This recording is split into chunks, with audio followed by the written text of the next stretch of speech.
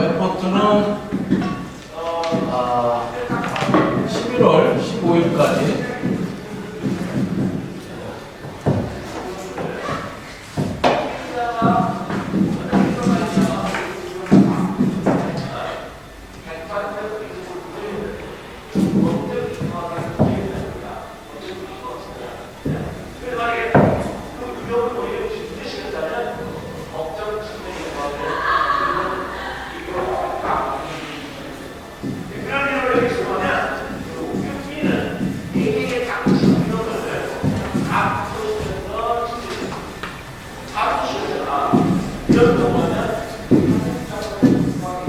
제목은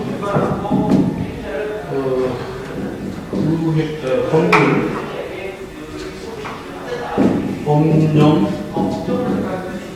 자료 위험 원어로 리서칭 스태츄 우리말로 법령 자료 연구 한국어나 영어로 작성하시면 되고요. 3 내지 10페이지 11월 15일까지 작성하셔가지고 수업 시간에 내도 되고 저한테 직접 제출해도 됐습니다.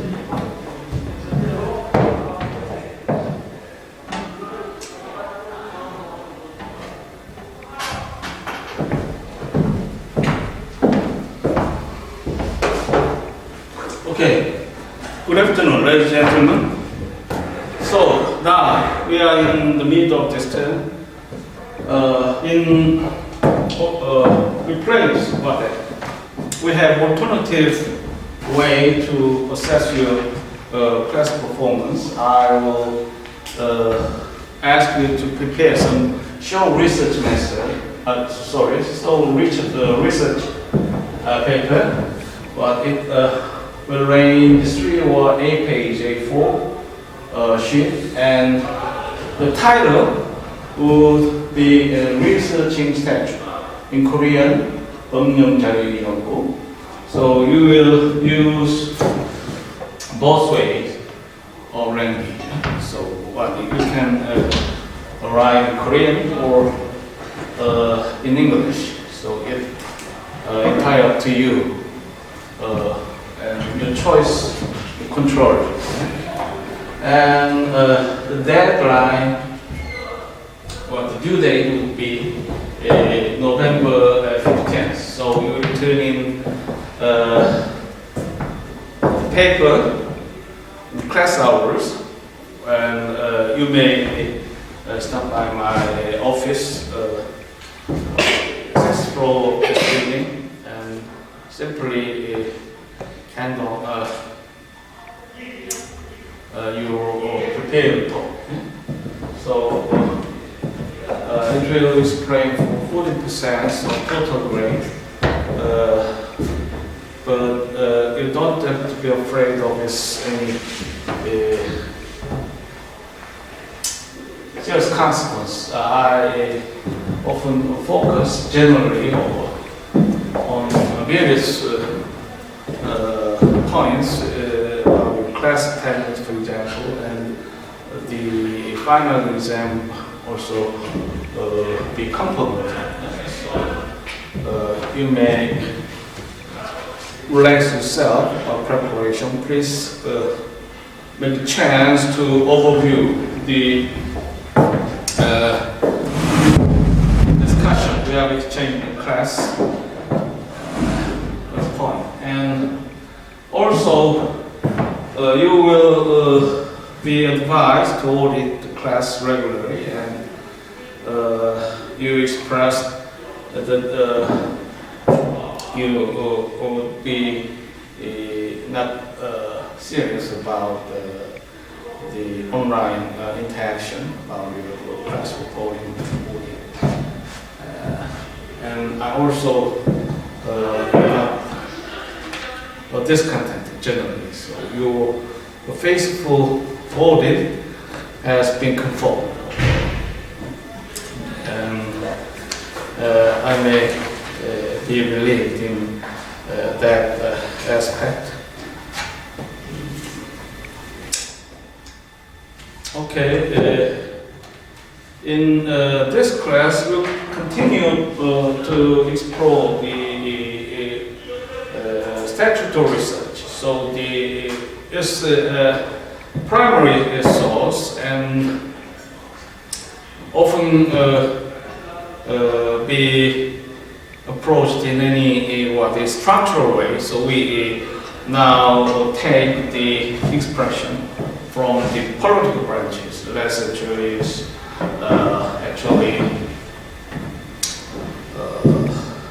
was generating source and institution for national administration. So we respect the source. Case law would interpret to create the legal system of nation, and often the public governance will depend on their statement, what the legislature actually means to create this statute. What is the meaning of provision? And this separation of power principle have been employed as a matter of structure and authority, and kind of most desired form of government to realize the limited government. So actually, the liberal paradigm of constitution is to maximize the liberal interest of a citizen or the rising class. Perhaps plutocrat's argument would be based on that assumption, and that is the case. And we consider in conservative methods the role of government need to be limited, and the private sector is actually a kind of a reservoir and cornerstone to sustain constitutional rule. Modern constitutionalism has been deeply embedded in that tradition and moral agreement among the interested parties. And the court in that case would be imposed about challenges. For example, what's the intrinsic? How do you consider, for example, the textualist argument? The construction of statute is very imposing a responsibility, and they should all be adjusted with kind of a history and tradition of a judicial branch. In that sense, we have a written constitution. However, the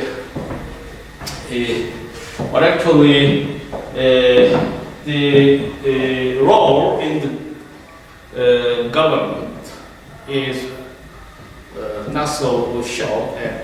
You see, common law code would have been centralized in some sense about creation of laws, very historical and deeply structured in the moral ways. In that case, we also support the view about judgment. The common law system is grounded on the creative judiciary. They are generating laws. So the judicial discretion, in that sense, is quite actually pivotal in.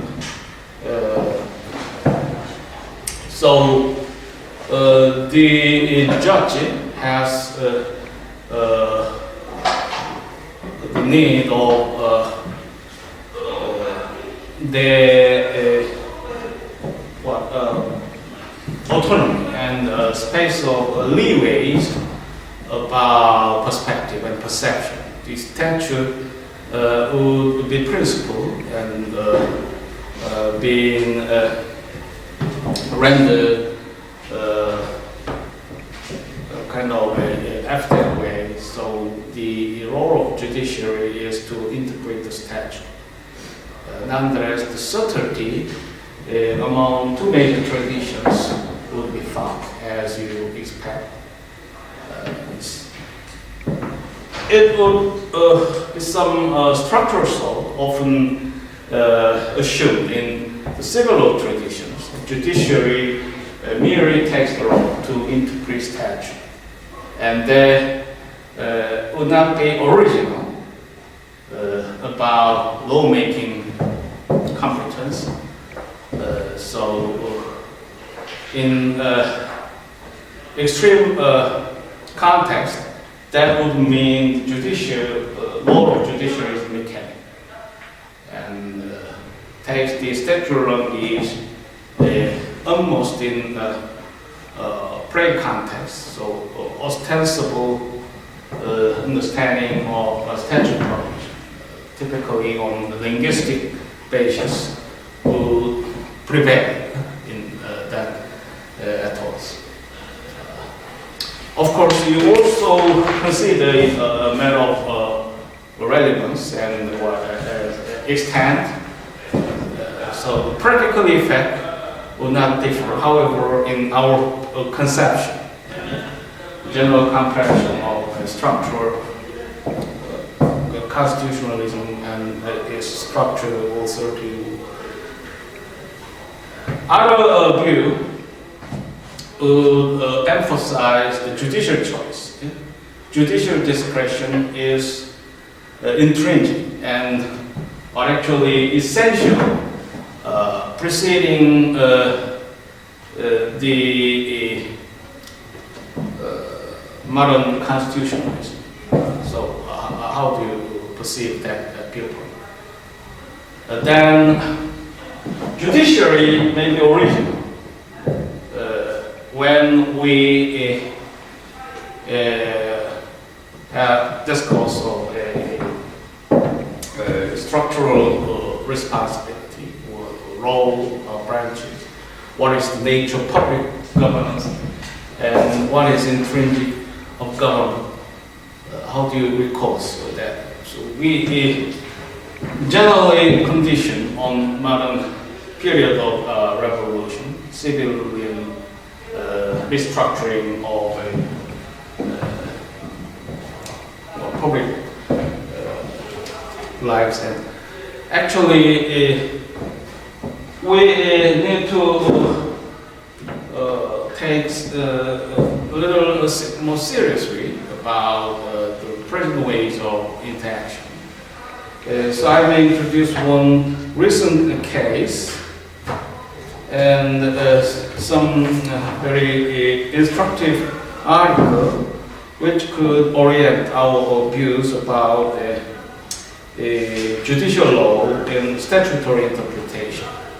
So you're now a legal researcher who will face both sources of law, or we often consider as primary against other secondary materials, to say law regard to case books, home books, textbooks. So we need to have some basic understanding about the intention. So the judiciary would entertain the kind of an extent of judicial discretion, which would oppose the textualist argument.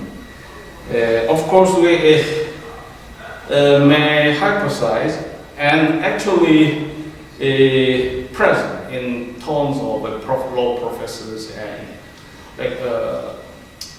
legal scholars or even jurists. So often we consider Justice Scalia is leading justice. The Professor Siegel from Yale Law School also noting kind of a judicial campaign or judicial campaign of Justice Scalia on textualist adherence. So that is one attribute we could classify the viewpoint properly. What is other viewpoint? Textualist. And the textualist would come in conflict with what a single unitary principle, a strong unitary principle, which also could be espoused by Justice Scalia.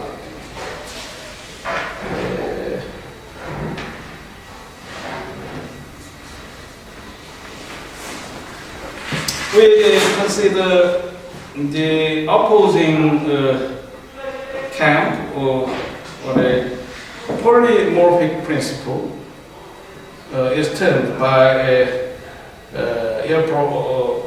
law professor Siegel, and I will get it ready for your review. And Professor Siegel illustrated Clark versus Martinez. The case was decided in 2005, or 7 years ago, and very implicating about the assertion of Professor Siegel. So in that case, court seemingly pronounced the strong unitary rule. So what is strong unitary rule? That attitude would be paired more properly with civil law traditions. So the court need to be formed and consistent about statutory interpretation. Once the court lay some meanings or construction of a statute provisions should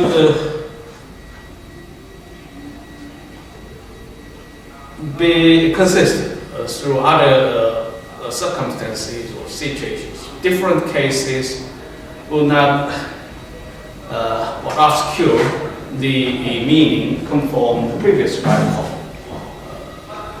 That could be called the strong unitary principle. The practice, as you